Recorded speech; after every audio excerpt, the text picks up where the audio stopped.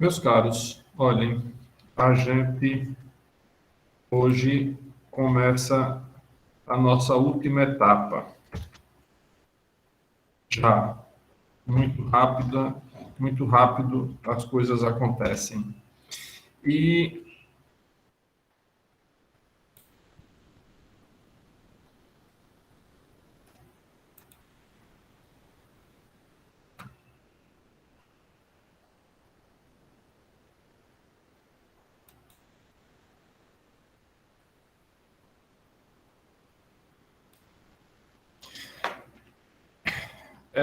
a gente vai entrar no último capítulo desse, desse, desse material. E esse último capítulo trata sobre o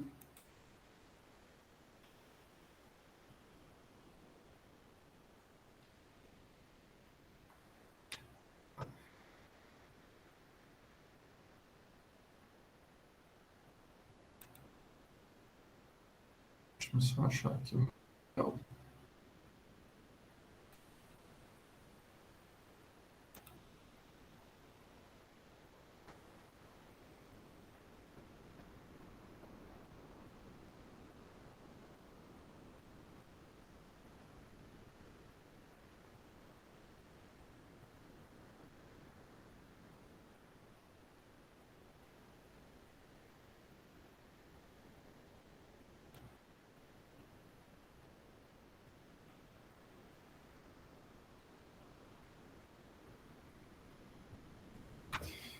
Esse último capítulo a gente vai tratar em dois momentos sobre as chamadas regras fonológicas.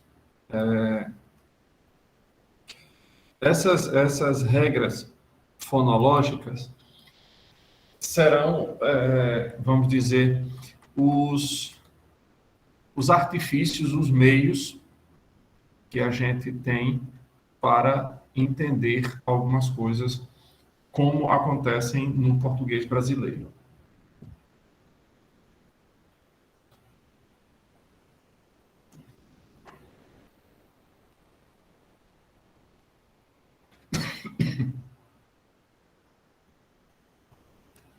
Vou compartilhar aqui a tela com vocês.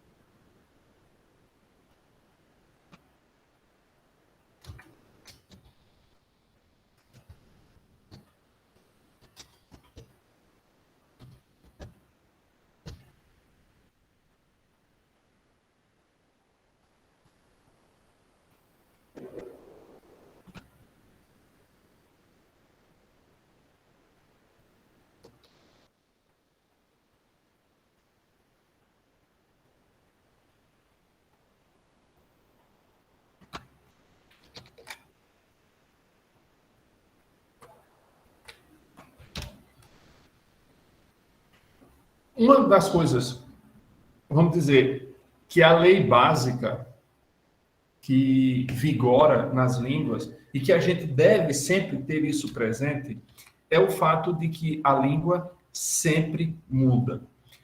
No entanto, a gente precisa prestar atenção quando a gente fala em mudança na língua. Efetivamente, a que tipo de mudança nos podemos estar referindo? Aquelas mudanças que acontecem essencialmente no léxico. Porque estruturalmente, a gente não tem significativas mudanças no português. Ocasionalmente, a gente pode ter um verbo que era originalmente, ou falar de originalmente ficaria alguma coisa estranha, aí a gente teria que pensar originalmente, entre aspas, na língua de partida. Na maioria das vezes a gente pensa no latim. Mas vamos dizer que no português mais arcaico, algum verbo fosse considerado um verbo transitivo direto e, modernamente, esse verbo passou a ser transitivo indireto. Isso é, vamos dizer, uma mudança estrutural. Mas são essas mudanças, assim, leves, superficiais que acontecem na estrutura, né, na sintaxe da língua. A gente reconhece uma língua segundo, basicamente, eu acho que umas 2 ou 3 coisas. A partir do léxico, a partir da sintaxe e a partir da semântica.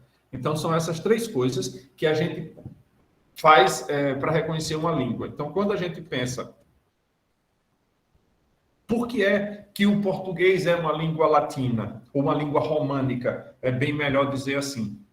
Porque a gente tem um léxico, a gente tem uma semântica e a gente tem uma sintática que, de alguma maneira, se estão relacionando ou está em relação com aquilo que era no latim. Para dar um exemplo bem mais gritante, eu acho que alguns de vocês, quando a gente estudou História da Língua Portuguesa, num determinado momento, houve uma aula em que eu tratei disso, eu acho que foi logo no início, as 2 ou as 3 primeiras aulas, uma dessas, a segunda ou a terceira aula, e quando a gente pensa, por exemplo, numa língua como o romeno, que é uma língua que você, escutando-a, tem quase por certo tratar-se de uma língua de origem eslava, porque ela tem um vocabulário muito prenhe de um léxico muito prenhe de eslavismos. Ademais, a Romênia vive ali no meio de um ambiente completamente eslavo. Só que, quando a gente vai olhar a língua, quando vai colocá-la sob uma lente mais, vamos dizer,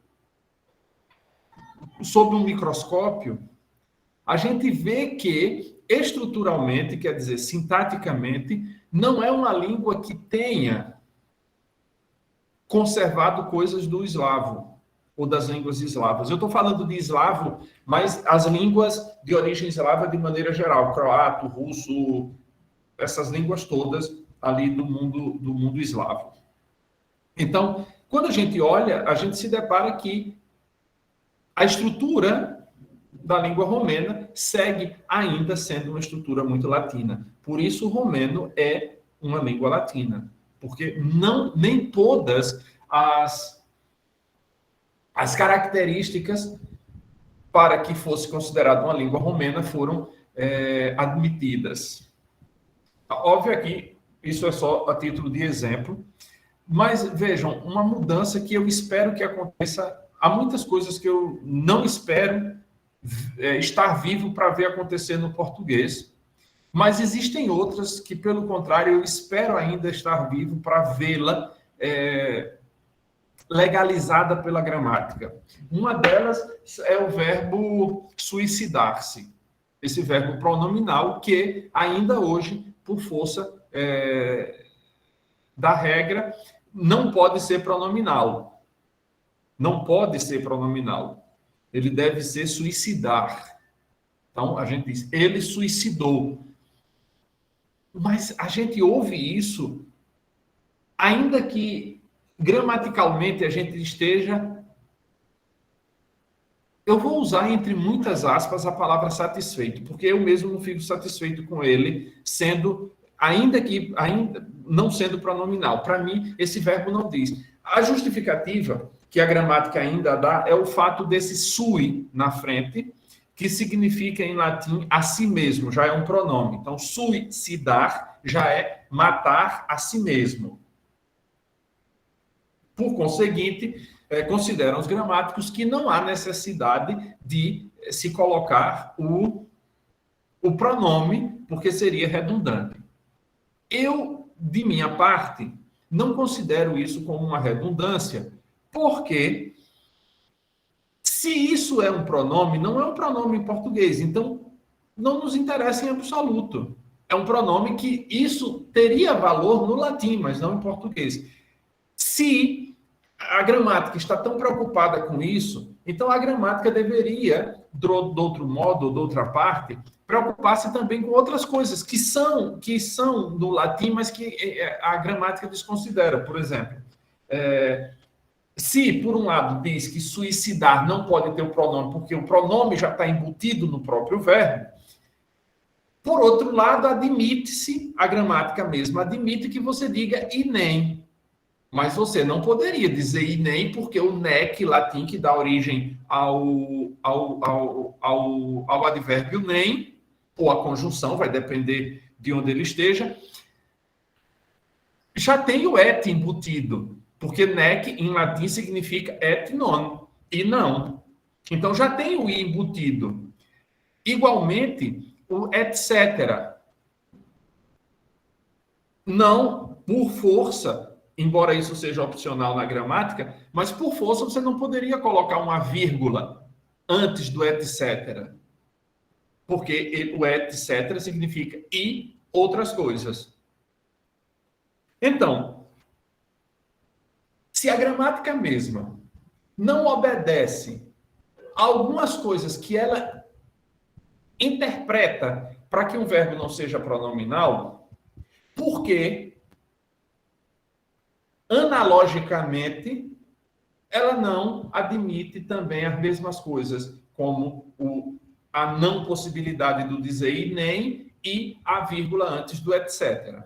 Bom, não estou aqui fazendo juízo de valor, estou simplesmente colocando coisas. A gramática diz algo a respeito de uma coisa, e que o que se espera é que a gramática permaneça unívoca, permaneça firme naquilo que ela asseverou antes. Então, mas ela não segue com isso.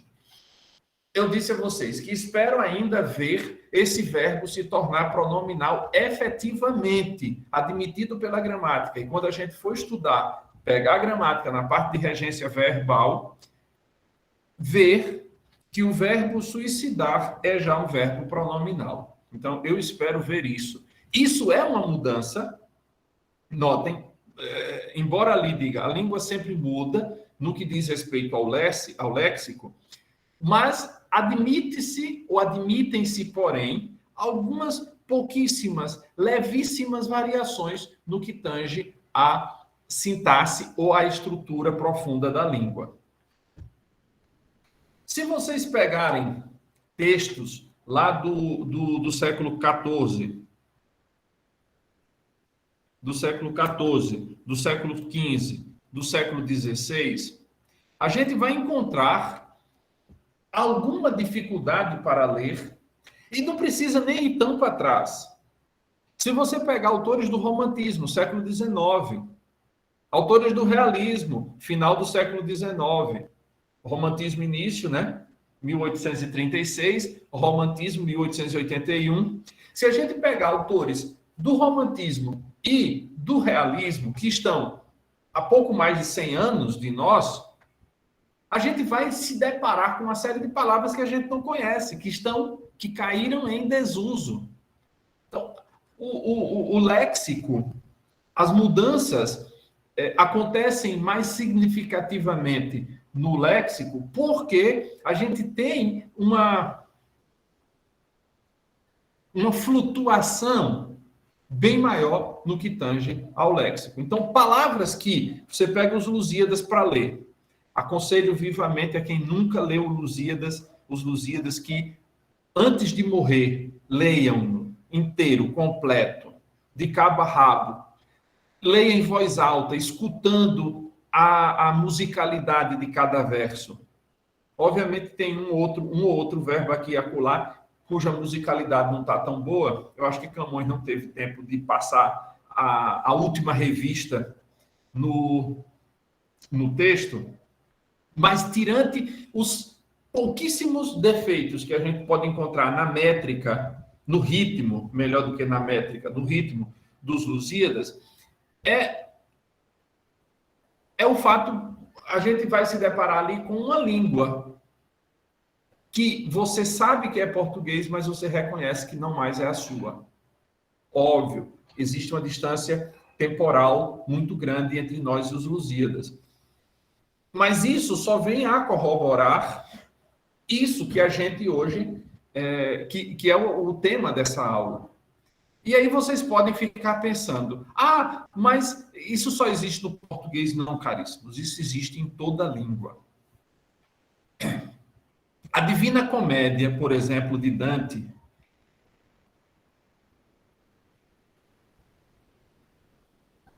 é tão difícil para o italiano lê-la quanto é para nós ler o Lusíadas. Porque a língua que foi usada ali já não é mais a língua utilizada pelos italianos de hoje em dia. A palavra e demais, a gente tem que pensar que Dante é para a língua italiana o que é Camões para a nossa língua. Ele estrutura a língua, começa a dar essa feição. A feição do italiano moderno é Dante quem o faz. Assim como a feitura, a cara, a fisionomia do português moderno, quem Lula vai dar é Camões.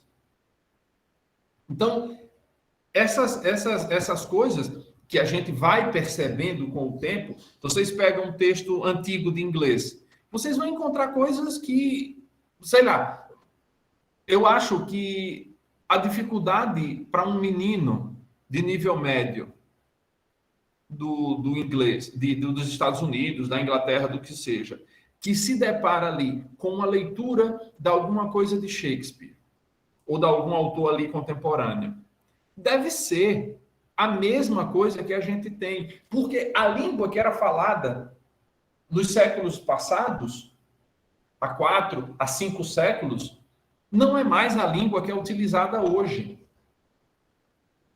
A gente precisa de aprender uma outra língua. É por isso que quando a gente estava estudando lá na história da língua portuguesa, eu disse a vocês, e digo sempre isso, que eu gosto de estudar a língua no seu fenômeno diacrônico, através do tempo. O problema da diacronia, talvez por isso tenha tão pouca gente interessada nesse viés de estudo, é que você precisa aprender diversas sincronias, diversos falares parados no tempo. Não existe uma língua portuguesa diacrônica. O que existe são inúmeras sincronias lusitanas nesse percurso. E aí a gente vai, o linguista histórico, o que vai fazer? Vai tentar entender como o processo se operou, como a coisa se deu. Por que a gente usa a palavra esquisito da forma como a gente, com a semântica que ela tem hoje? Houve algum momento na história em que esquisito tinha outra significação? Era utilizado como sendo outra coisa? Sim. Só que num determinado momento da história, esquisito passou a significar esse sentido que a gente tem hoje. E aí, o linguista histórico, o que vai fazer? Tentar mapear essas coisas e descobrir em que momento isso acontece. Se vocês pegarem o dicionário de Wise, por exemplo, ele traz uma novidade que já era muito constante nos dicionários de inglês, os grandes dicionários de inglês, que é mapear quando pela primeira vez aquela palavra apareceu escrita. Obviamente, a gente não pode, lembre-se sempre disso, quando a gente estudou aquela coisa dos documentos fundadores do francês, do italiano, do espanhol e do português, lá no História da Língua Portuguesa, uma das coisas que eu disse para vocês foi que a gente não pode ter presente, a gente não pode ter certeza de quando efetivamente uma língua começou a ser falada, porque a gente não tem nenhum registro fonográfico. O que a gente tem são documentos escritos.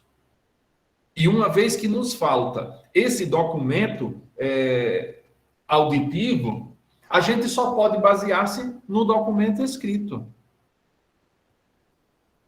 É a única coisa que a gente tem. Então, quando a gente mapeia ou estipula anos, o francês, século VIII, o italiano, século IX, o espanhol, século IX, século X, século X e século XII, para as 4 línguas, quando a gente pensa nisso, A gente não está falando efetivamente que o português começou a ser falado lá em 1175 ou 1189.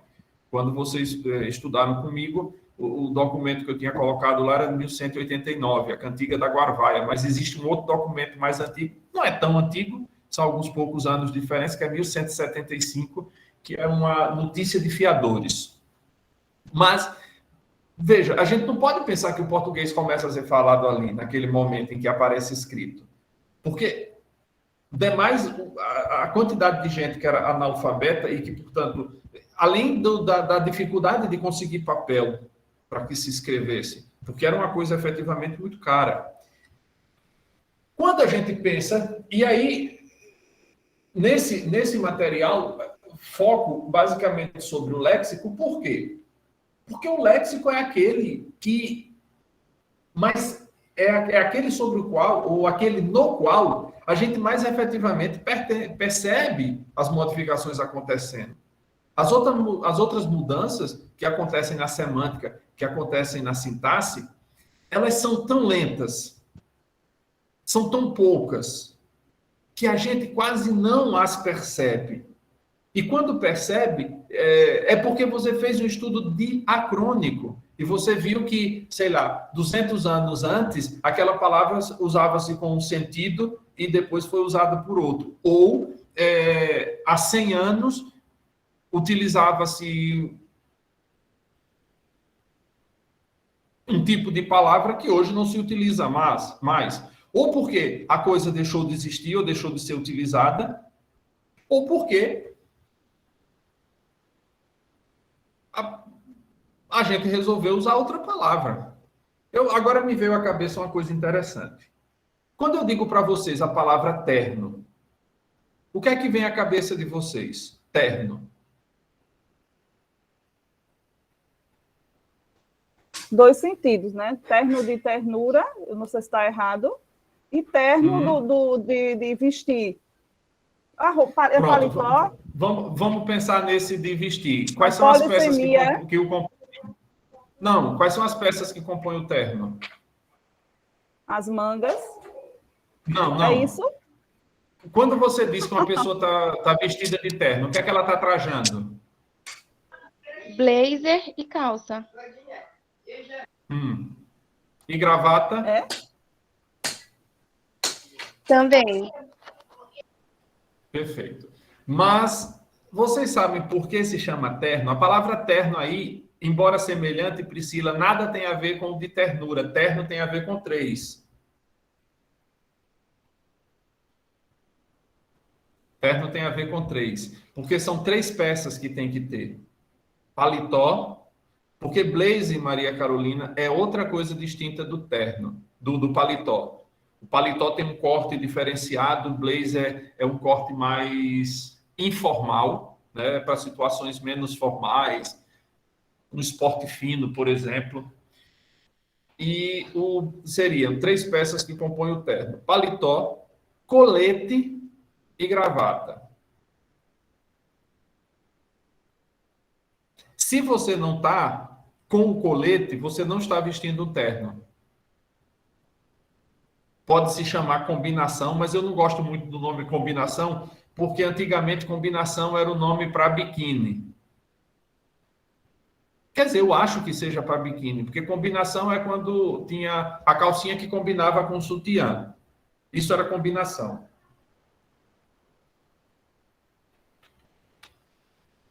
Então, repare, hoje a gente usa a palavra terno, mas começando a se distanciar do sentido original que ela tinha. Não estou dizendo, meus caros, eu já disse algumas vezes aqui, mas é sempre bom enfatizar isso, numa aula como essa, não nos cabe um juízo de valor. O que a gente está apresentando aqui são fatos. Então, sobre fatos, eu não tenho... A mim não compete, eu não sou gramático, e, portanto, não me compete fazer esses juízos de valor, dizer que está certo ou que está errado. O que eu estou dizendo é que, num determinado momento da história, até a palavra nos ajuda a entender terno, são 3, que isso significava uma tal coisa, mas Modernamente, a gente está falando de terno já só como paletó e gravata.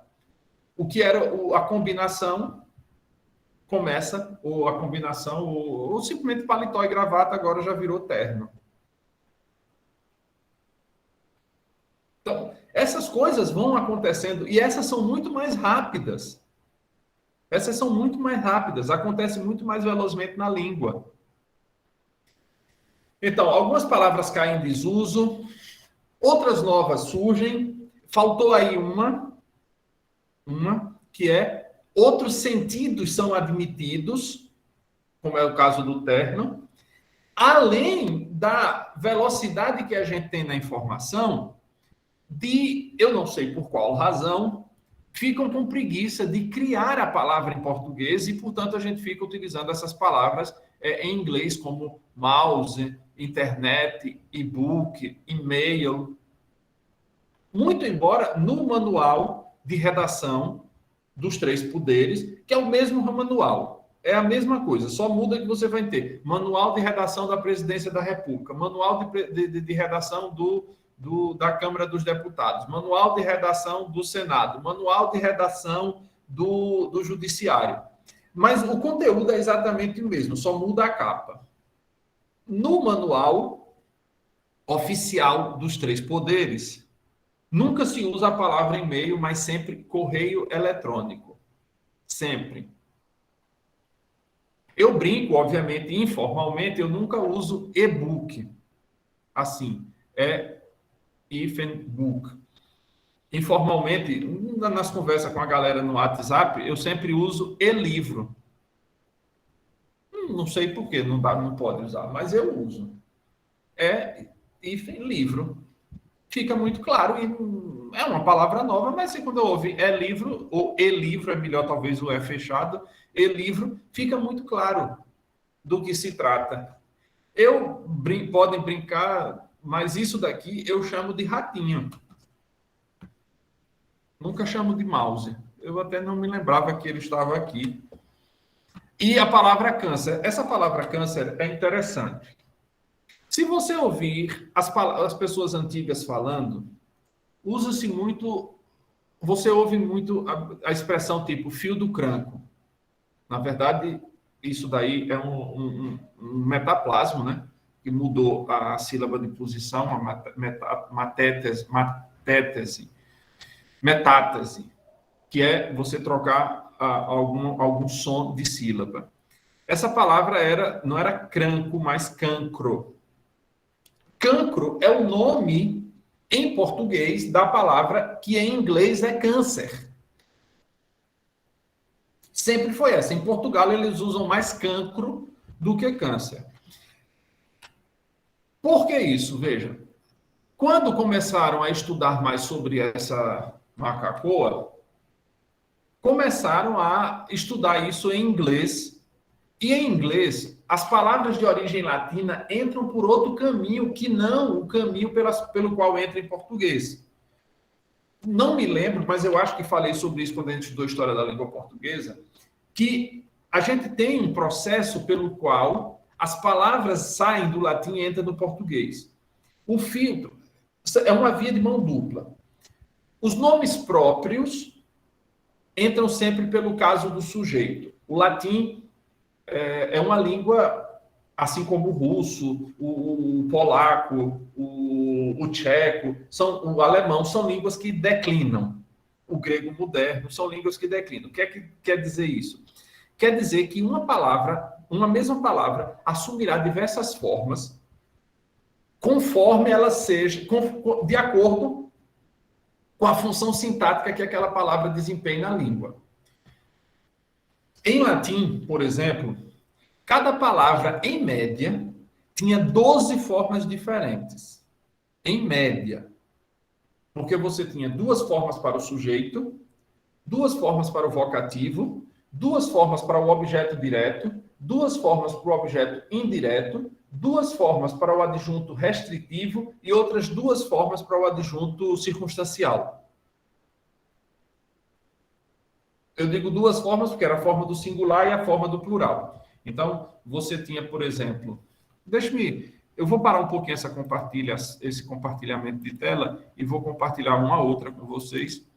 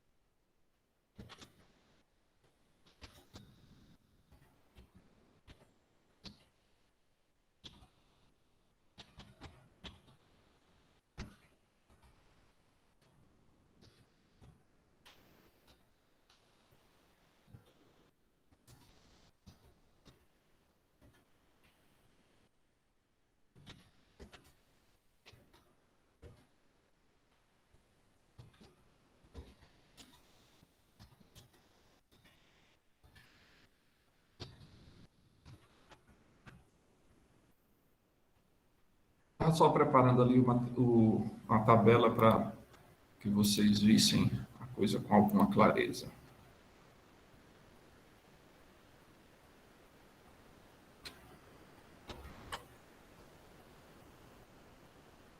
Bem, aí tá. Aqui estão os 6 casos do latim. Nominativo, que é o sujeito, vocativo, que é ele mesmo, acusativo, objeto direto, o genitivo é o adjunto restritivo, geralmente responde à pergunta de quem. O dativo, que é o objeto indireto, e o ablativo, que é o adjunto circunstancial, é por que motivo. Então, só pensando aqui na palavra câncer. Então, você tinha, a forma sujeita no singular era câncer. Só reduzir aqui um pouco, eu não vou precisar desse espaço todo. No plural, ela ficava cancri. O vocativo ficava igual nesse caso. Plural também. O acusativo ficava cancrum. E o plural, cancros. O genitivo, cancri. E o plural, cancrorum. O dativo, cancro. E o plural, cancris. E os outros dois ficavam iguais.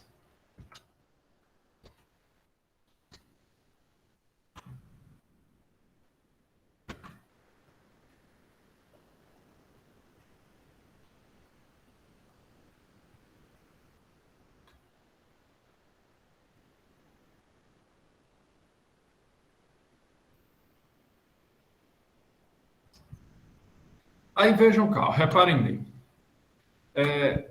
Existem dois... quando a gente estudou, eu acho, se eu não me engano, a História da Língua Portuguesa fala-se sobre isso, o latim teve uma redução de casos. Dos 6 casos, passaram a existir somente 2. Esses 2 aqui. O nominativo e o acusativo.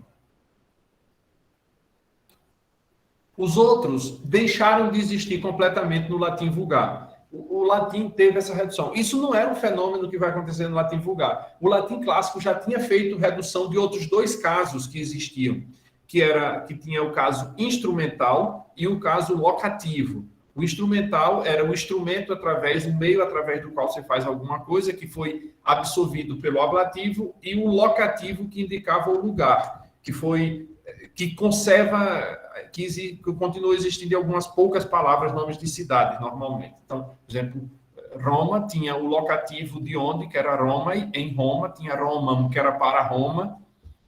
Mas aí, vejam, a gente teve essa redução dos casos. passaram a existir somente 4 formas em vez de 12. Essas aqui deixaram de existir. O caso chamado lexicogênico do português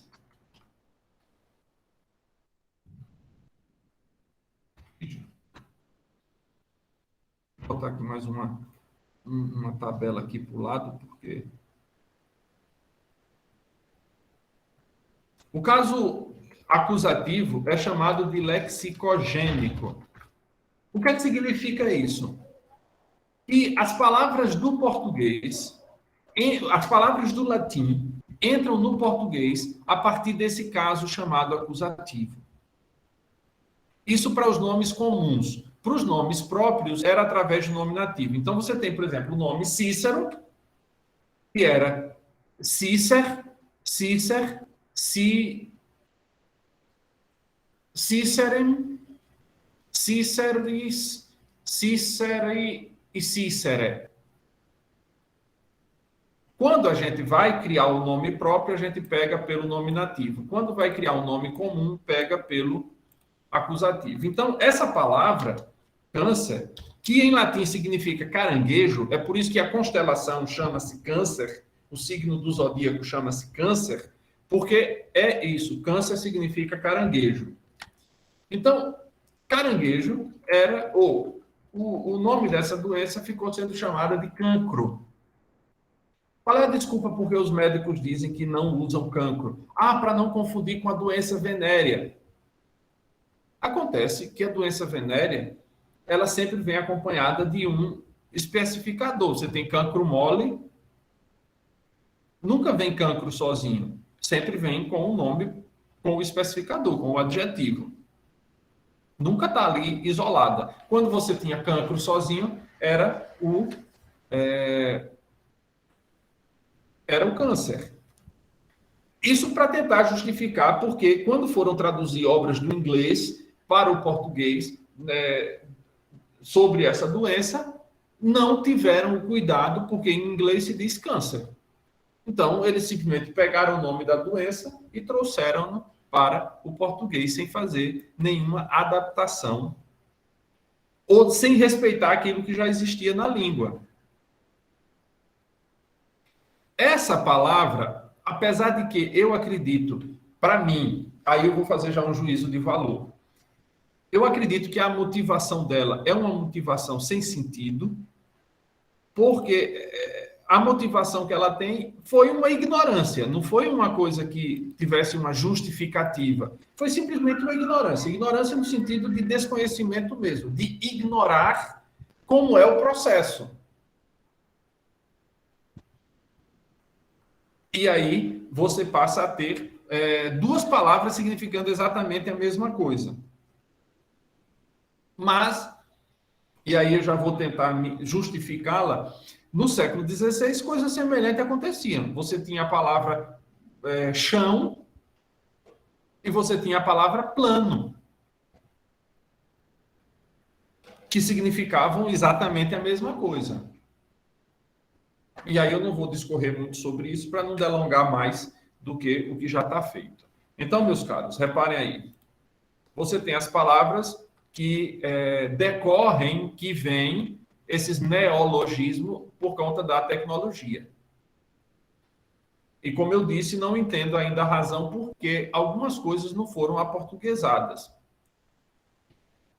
E aí você vai ter essas mudanças sincrônicas e diacrônicas de que eu já falei, já explicando e justificando que aí não precisa mais que nos detenhamos tanto nela, né? Mas está aqui. As mudanças sincrônicas são aquelas mudanças que a palavra passa por influência dos contextos vizinhos. A gente vai analisando na história para ver o que é que acontece. As diacrônicas são as sincrônicas são aquelas que acontecem hoje. Síncronos quer dizer neste momento. E as diacrônicas são essas que atravessam os séculos, que a palavra era usada, ela pode mudar de sentido ou deixar de existir, ou assumir outra forma.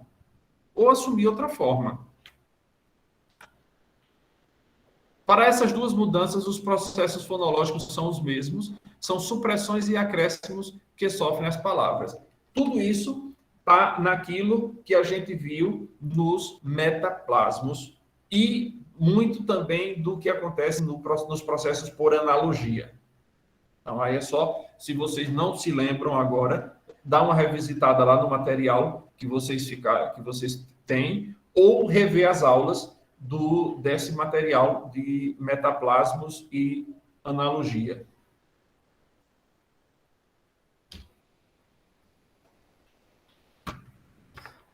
Os processos e regras fonológicas, vejam aqui.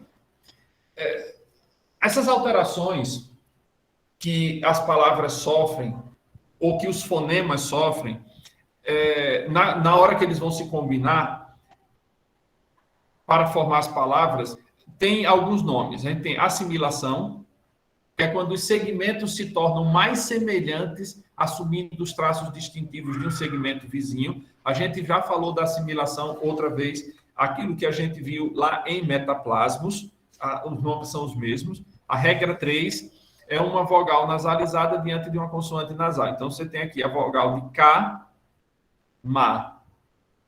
Mas o que vai acontecer é que a nasalidade do M vai influenciar na vogal anterior. E aí você vai ter uma assimilação desse fonema a partir desse contexto vizinho. Aí tá tranquilo até agora? Palatalização. O segmento palataliza-se ao adquirir uma articulação secundária africada. A regra 4 diz que as consoantes D e T, em algumas formas dialetais, isso daqui eu gostei muito de como as autoras colocaram, em algumas formas dialetais do português brasileiro, podem tornar-se tia e j, quando diante de i. Então, você tem tia ou tia, dia ou dia. Quer dizer, quando ela diz, e isso foi interessante, em algumas formas dialetais, o que elas estão dizendo é que isso não é regra. Que não existe uma forma correta de pronunciar isso. Ou pelo menos não uma forma canônica. Não é melhor falar de correta aí, porque seria um juízo de valor, mas uma forma canônica, uma forma estabelecida. O que você vai ter é que alguns lugares vão pronunciar o T e o D, como se estivesse batendo numa peça de metal com um martelo, e outros vão ter isso mais adocicado, mais africado, fazendo esse T e J. Apesar de eu não gostar desse tipo de pronúncia, e eu fico tentando corrigir o meu filho, porque na escola a professora dele fala assim, e ele chega me dizendo esses T e J, eu fico corrigindo para que ele não pronuncie desse jeito, porque eu acho que isso é uma variante dialetal do sul do país, do sudeste, aliás, do sudeste do país. E que respeito, mas que sejam eles dizendo. Eu não acho muito natural isso na fala de um nordestino. E de uma lagoana ainda mais. Então, eu sempre que posso, faço com que ele não diga isso. E como ele está de férias, está terminando se corrigindo desse defeito. Diga aí, Priscila. Mas isso é muito complicado, viu, professor? Porque, assim, a gente tem o YouTube, né? E a minha filha mesmo, o tempo todo, não a reconheço, né? Que era nordestina, não teve contato com nenhum pessoal do Sul, mas se você conversar com ela, você vê esses chiados o tempo todo. É bem complicado. Não, mas é isso. Eu não acho que seja errado. Eu só acho que não é conveniente. Não. Eu também não acho. Aí eu vou tirando, eu vou corrigindo. Quando ele vai falando, aí eu vou dizendo, não diga assim, não, diga assim.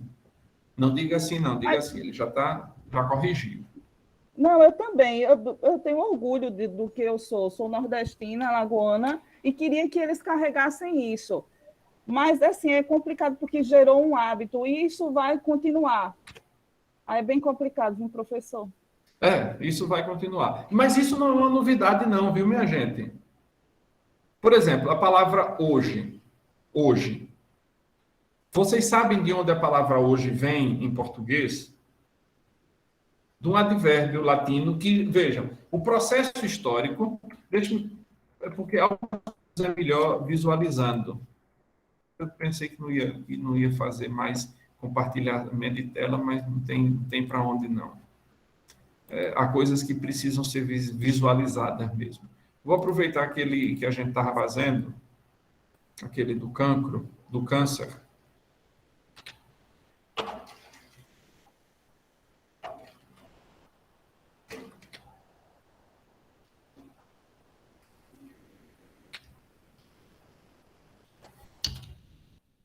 Olha, a palavra hoje, ela deriva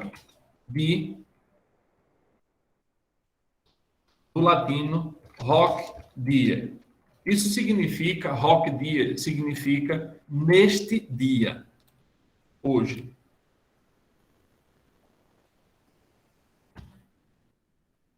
Hoc die. Só que esse hoc die terminou juntou o hoc e o die e virou hodie. Hodie. Esse hodie, esse i aqui, ele é uma consoante, é uma semivogal. Então, o que é que aconteceu durante o processo? É que ele começou a palatalizar o D. Essa mudança, isso no latim, durante o latim vulgar. Né? Durante o latim vulgar, o que vai acontecer é essa assimilação vamos dizer, desse africado, talvez, ou desse semi-africado do G, fazendo hoje, que em italiano você vai ter ode. Em espanhol ficou só oi. O E desapareceu, mas se tivesse o E aqui, alguns vão dizer hoje. Hoje. Mas esse foi o caminho pelo qual... Então, isso não é uma novidade na língua. Se a gente reparar, é alguma coisa que já veio acontecendo. Então, esse G do hoje já é essa palatalização. Isso é um fenômeno que estava acontecendo na língua. Não é nenhuma novidade. Faz parte da caminhada histórica da língua. E muito embora a gente já tenha recebido isso palatalizado, né? Ou africado.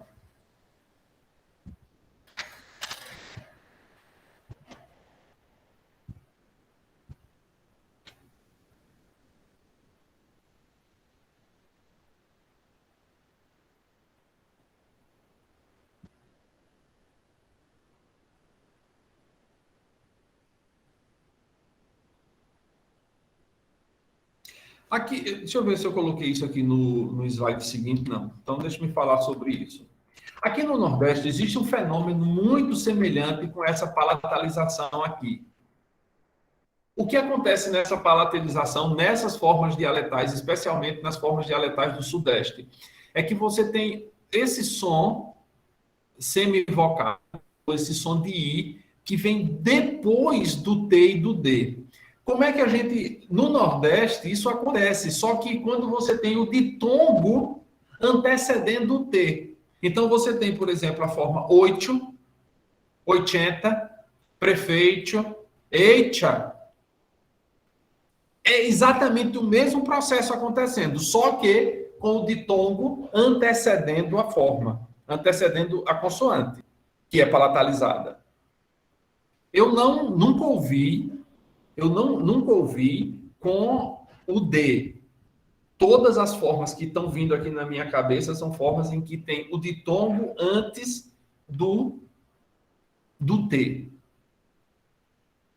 Só que, repare, se você ouve essa galera que diz dia e tia, se ouve uma pessoa dizer oito, já fica com gargalhadazinhas, como se ele estivesse fazendo uma aberração diferente. Eu estou usando a palavra aberração aí, mas você entenda que é no juízo da pessoa que está ouvindo e julgando.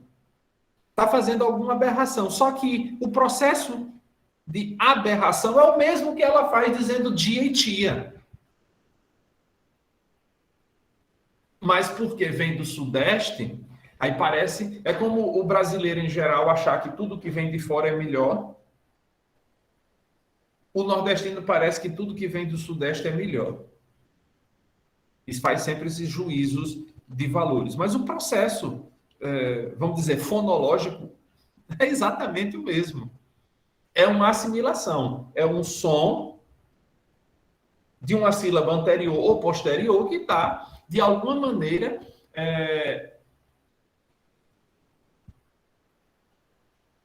influenciando no fonema que lhe segue.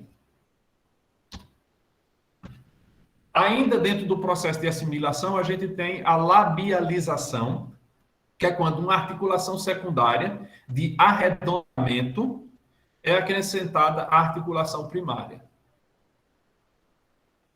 Então, você tem osso,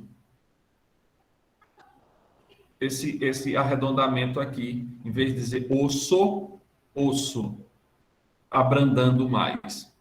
Assimilação de vozeamento, regra 6. Essas regras, o que eu tentei fazer aqui nesses slides foi organizar a bagunça que está lá no livro. Essas regras, elas estão colocadas separadamente desses fenômenos. O que eu tentei foi, eu peguei a regra e o fenômeno, por exemplo, labialização é a regra 6, que estão em cantos distintos do livro e coloquei juntos aqui no slide, porque a gente vê o fenômeno e a regra que serve, vamos dizer, de mobilização. Então, a regra 6 diz, uma consoante adquire o traço, mais vozeado ou menos vozeado, em final de sílaba ou palavra, quando diante de uma consoante mais vozeada. No caso aqui, mais vozeada, mais vozeada. Exemplo, mesmo, veja, o M é sonoro, então o S a gente costuma pronunciá-lo como um Z. Mesmo. Z. Assim como rosa, a gente só sonoriza esse S intervocálico porque o A é sonoro. Óbvio que aqui, quando ele está falando de labialização, ele está falando de consoante. Então, aqui você tem uma consoante, mesmo, que é sonora, ela vai influenciar no S, que em vez de ser pronunciado mesmo, surdo, mesmo, é até mais difícil, porque você sai de uma surda para uma sonora. Uma das leis fonéticas que a gente viu lá em História da Língua Portuguesa é a lei do menor esforço. A tendência que a gente tem de utilizar o mínimo de esforço possível na hora de constituir as palavras.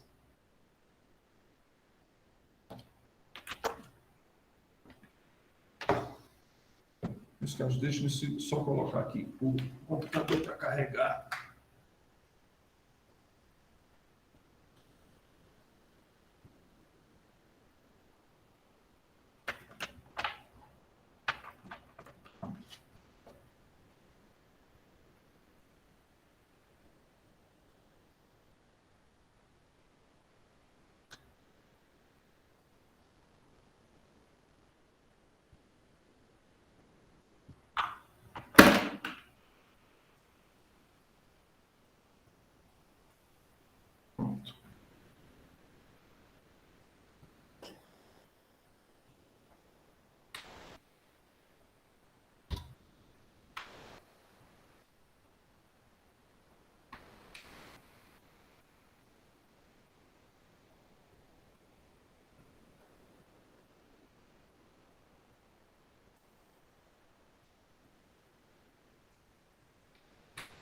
Meus caros, eu acho que a gente dá para parar aqui.